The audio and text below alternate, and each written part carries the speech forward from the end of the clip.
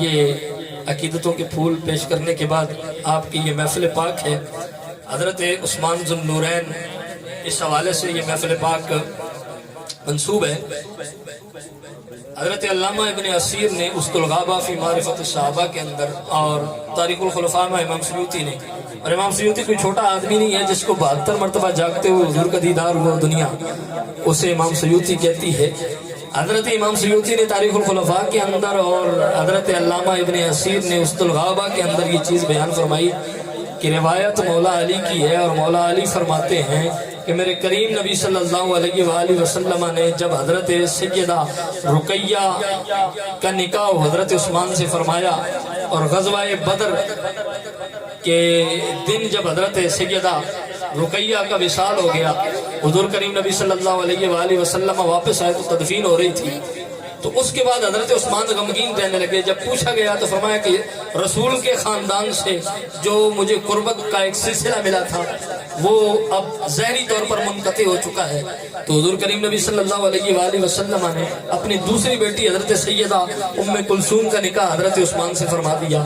کچھ عرصے بعد آپ کا بھی وصال ہو گیا، تو حضور کریم نبی صلی اللہ علیہ وآلہ وسلم نے اس موقع پر حضرت عثمان سے یہ بات بیان فرمائی، اور صاحب تاریخ الخلفاء امام سیوطی اور صاحب ابن اسیر علامہ ابن اسیر صاحب اسد الغابہ آپ اپنی کتاب کے اندر یہ بات نقل کرتے ہیں۔ آپ فرماتے ہیں کہ اے عثمان، میں محمد تجھ سے اتنا خوش ہوں کہ اگر میری 40 بیٹیاں بھی ہوتی تو میں یکے بعد دیگرے عثمان تیرے نکاح میں دیتا چلا جاتا۔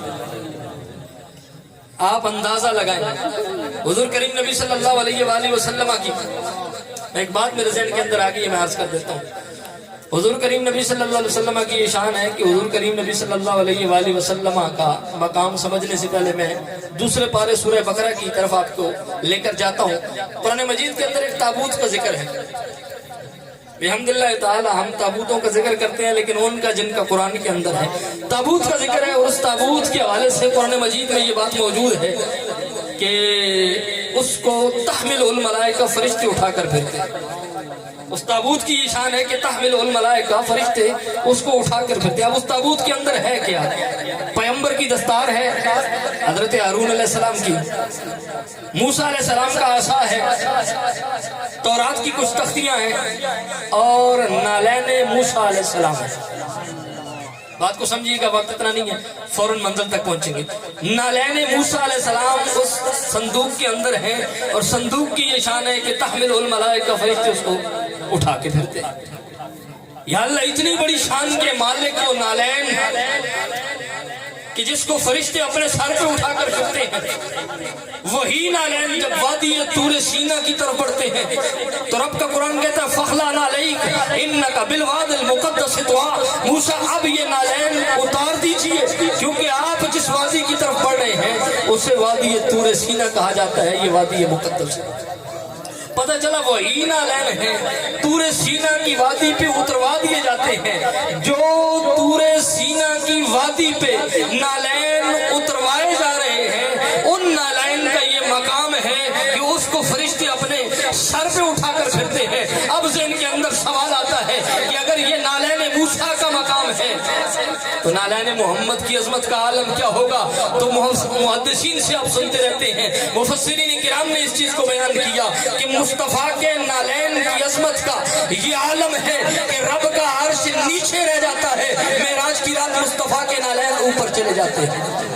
جو عرش اولا کو نیچے چھوڑ کر آگے نکل جاتے ہیں وہ نالین مصطفیٰ ہے۔ اب یہاں پر مجھے رک کر یہ کہنے دیجئے کہ جس نبی کی نالین لوگوں کو سمجھ میں نہیں آ سکتے، اس نبی کی امت میں آنے والے غوث الثقلین کو کیسے سمجھیں گے؟ اور اگر سمجھ میں غوث الثقلین نہ آئے تو اس نبی کے حسنین کو سمجھنے کی کوشش مت کرنا، اور اگر نبی کے حسنین کو سمجھ نہیں سکتے تو پھر ذو النورین کی طرف بھی انگلی بلند کرنے کی کوشش مت کرنا۔ اگر غوث الثقلین نہیں سمجھ سکے، حسنین نہیں سمجھ سکے، تو پھر تمہاری سمجھ میں مصطفیٰ کا ذو النورین بھی نہیں آ سکتا۔